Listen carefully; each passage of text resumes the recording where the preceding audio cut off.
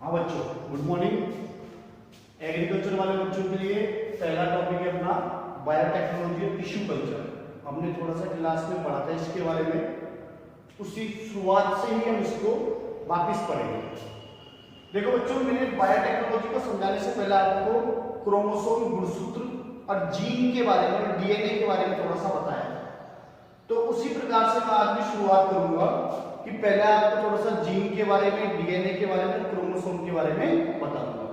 हम बात करते हैं मनुष्य की, ह्यूमन के अंदर टोटल नंबर ऑफ क्रोमोसोम कितने होते हैं? 46, 46 गुणसूत्र पाए जाते हैं बच्चों। कितने क्रोमोसोम पाए जाते हैं? 46 क्रोमोसोम या गुणसूत्र। इन 46 गुणसूत्रों के अंदर यदि नर की बात करें तो 44 प्लस XY क्रोमोसोम पाए जाते हैं, और यदि मादा की बात करें तो मादा में 44 प्लस XX क्रोमोसोम पाए जाते हैं। क्रोमोसोम को, डीएनए को और जीन को समझाने का मुख्य उद्देश्य यह है कि इसी से ही आधुनिक बायोटेक्नोलॉजी की क्या होगी? शुरुआत होगी। तो बच्चों, ये जो गुणसूत्र होते हैं ये तो किसमें होते हैं? मेल में, यानी नर में, और फीमेल के अंदर होते हैं 44 प्लस XX। यहां पर जो 44 गुणसूत्र हैं ये होते हैं ऑटोसोमल या काई या दैहिक गुणसूत्र। ऑटोसोमल या काई या दैहिक गुणसूत्र, जबकि XY या XX होते हैं वो होते हैं बच्चों सेक्स क्रोमोसोम। सेक्स क्रोमोसोम या लिंग गुणसूत्र, लिंग गुणसूत्र। आई बात समझ में? हमारे अंदर टोटल नंबर ऑफ क्रोमोसोम कितने? 46 या 23 जोड़े। इन 23 जोड़ों के अंदर 44 प्लस XY मेल में क्रोमोसोम है, यानी टोटल नंबर ऑफ क्रोमोसोम कितने हो गए? 46, 44, 45, 46। इसी प्रकार मादा में भी 44, 45, 46। इनमें से 44 जो है वो ऑटोसोमल या काई या दैहिक गुणसूत्र कहलाते हैं, जबकि XX और XY सेक्स क्रोमोसोम या लिंग गुणसूत्र कहलाते हैं। अब बच्चों, क्रोमोसोम किस प्रकार से होते हैं? क्रोमोसोम के अंदर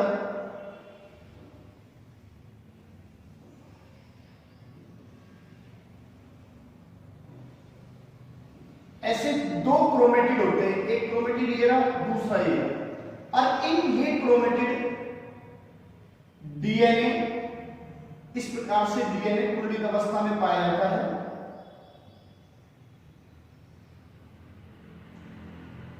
इस प्रकार से डीएनए कुंडलित अवस्था में पाया जाता है, ऐसे।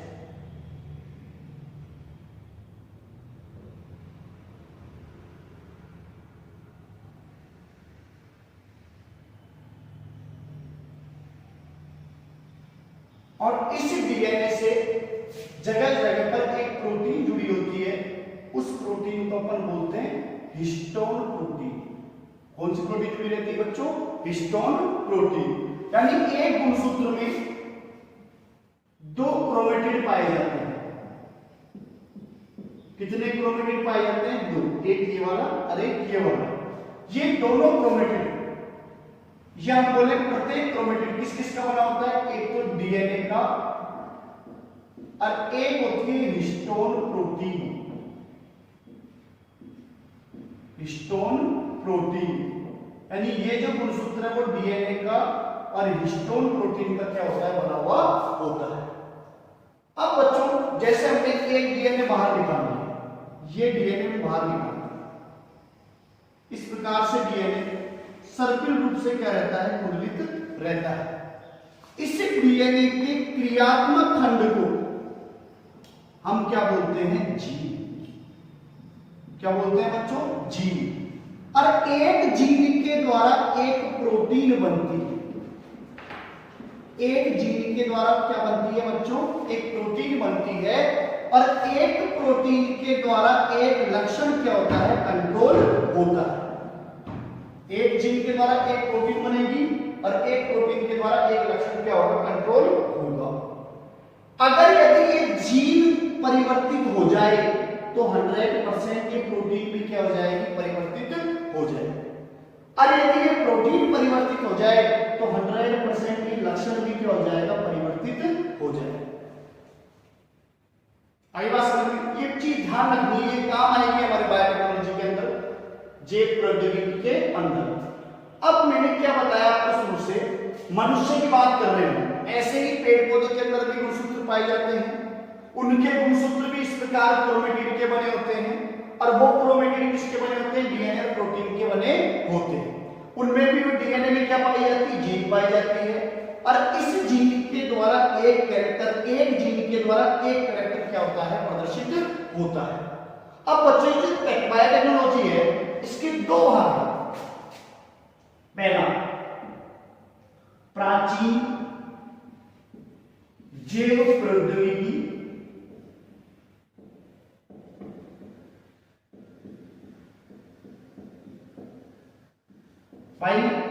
बायोटेक्नोलॉजी को हिंदी में क्या बोलते हैं? जैव प्रौद्योगिकी। तो ये बायोटेक्नोलॉजी के कितने पार्ट हैं? दो। एक तो प्राचीन जैव प्रौद्योगिकी और दूसरी होती है आधुनिक जैव प्रौद्योगिकी।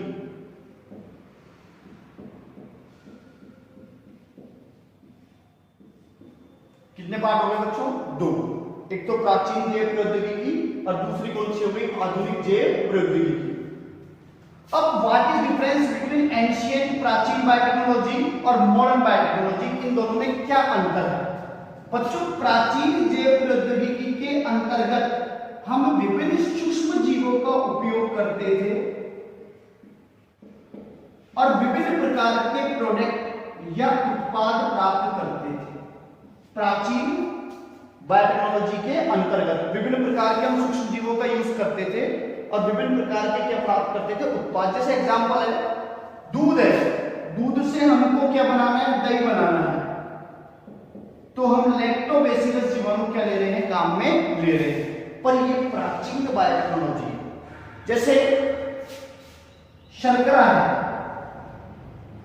हमने एक ईस्ट काम में लिया, सैकेरोमाइसेज सर्विसी, सैकेरोमाइसेज सर्विसी,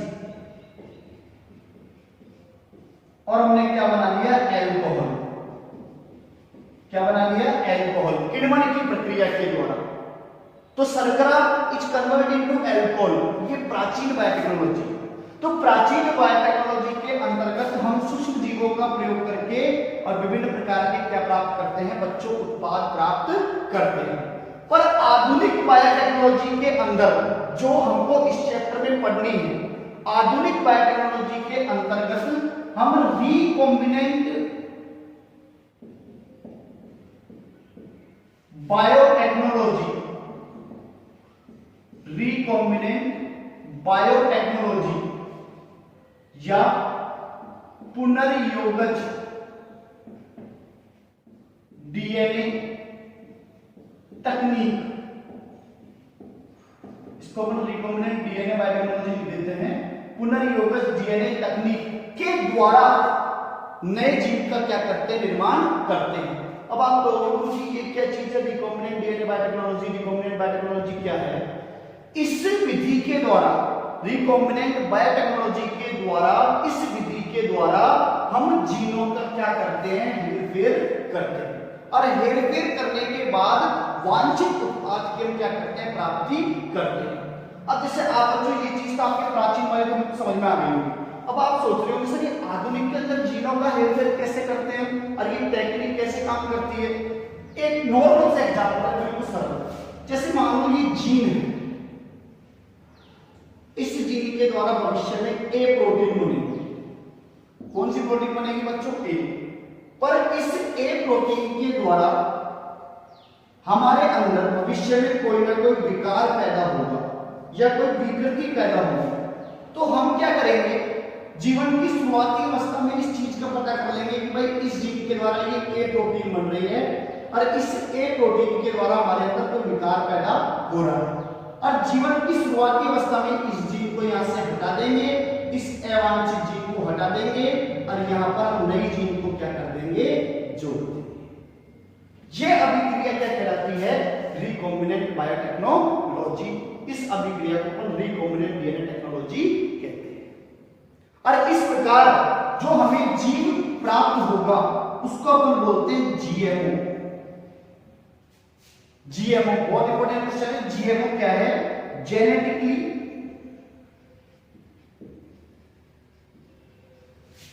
मॉडिफाइड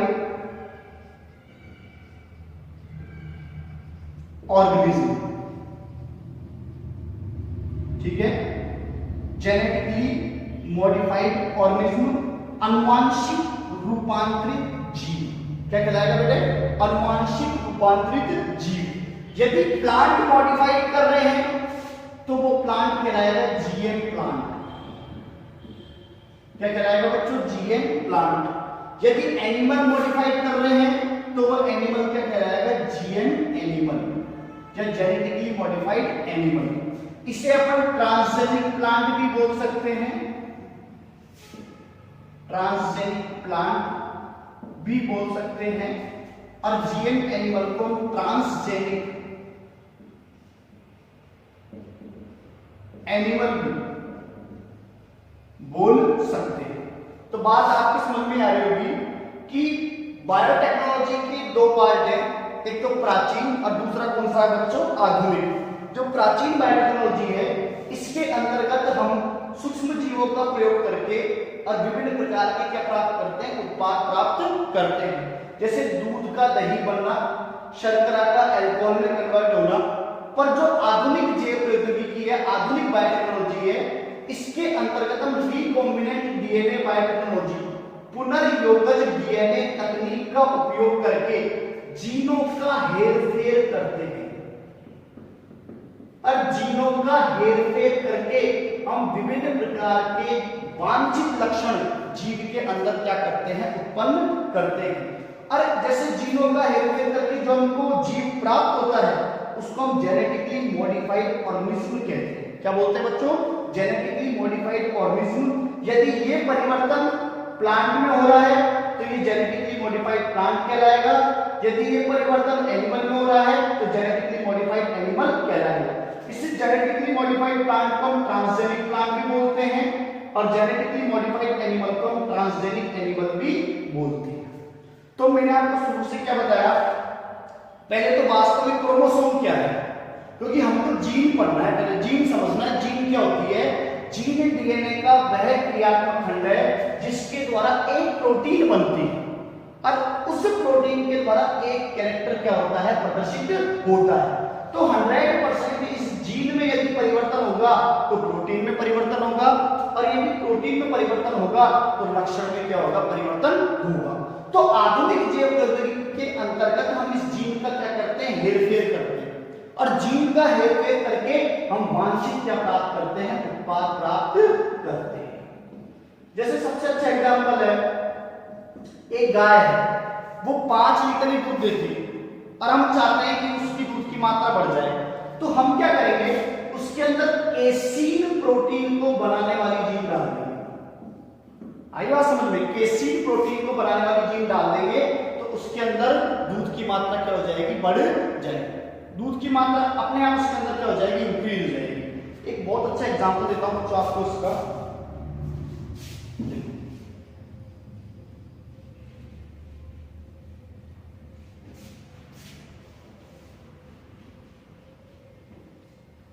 एग्रीकल्चर के वीडियो थोड़े लेट हो गए, पर अब रोज वीडियो डालेगा तो आपसे निवेदन है कि नोट्स बना लेना।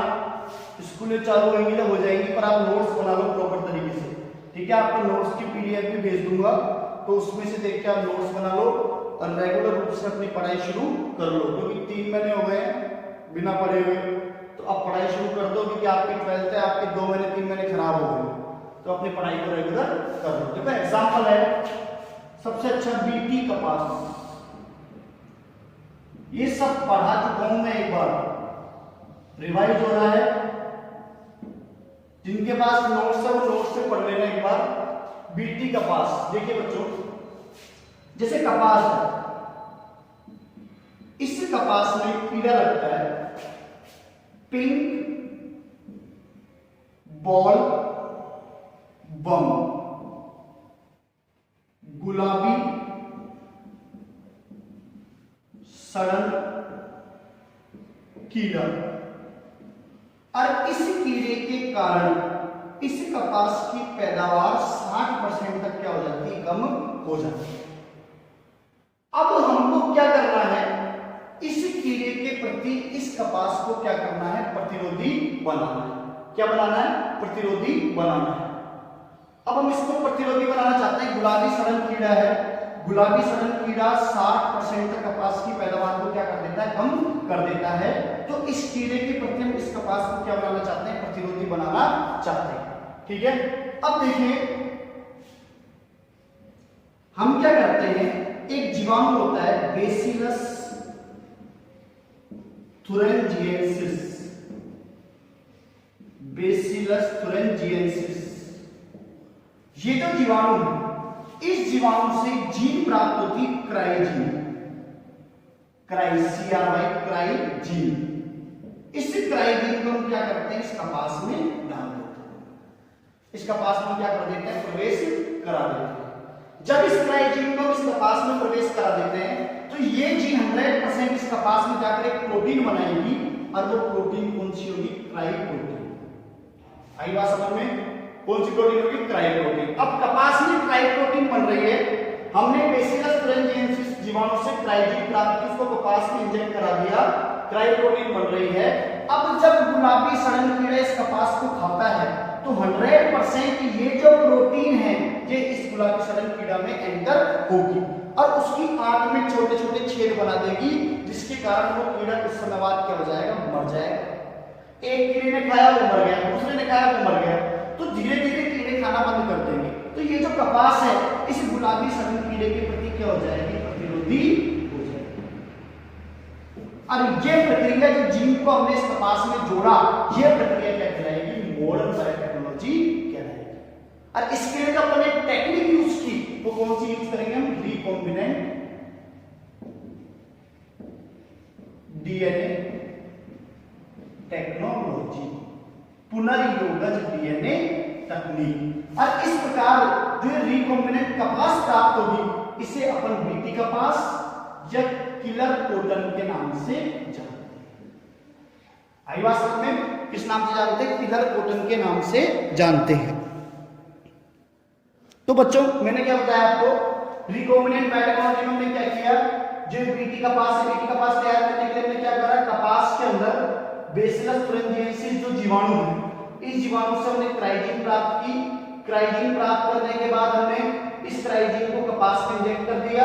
इस टेक्निक का यूज करके, रिकॉम्बिनेंट डीएनए टेक्नोलॉजी का यूज करके, ठीक है, इसमें क्राई प्रोटीन बनी।